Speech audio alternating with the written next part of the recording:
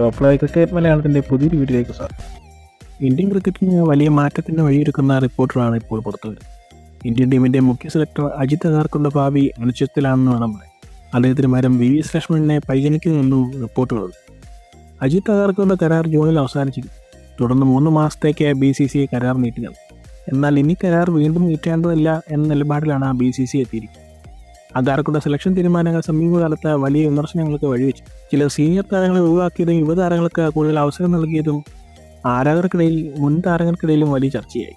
പ്രത്യേകിച്ച് രോഹിത് ശർമ്മയുടെ ഭാവിയെക്കുറിച്ചുള്ള റിപ്പോർട്ടുകളും സഞ്ജു സാംസണ് തുടർച്ചയായ അവസരങ്ങൾ നൽകാത്തതും സെലക്ഷൻ കമ്മിറ്റിക്കെതിരെ വിമർശനം ഉയരാൻ കാരണം.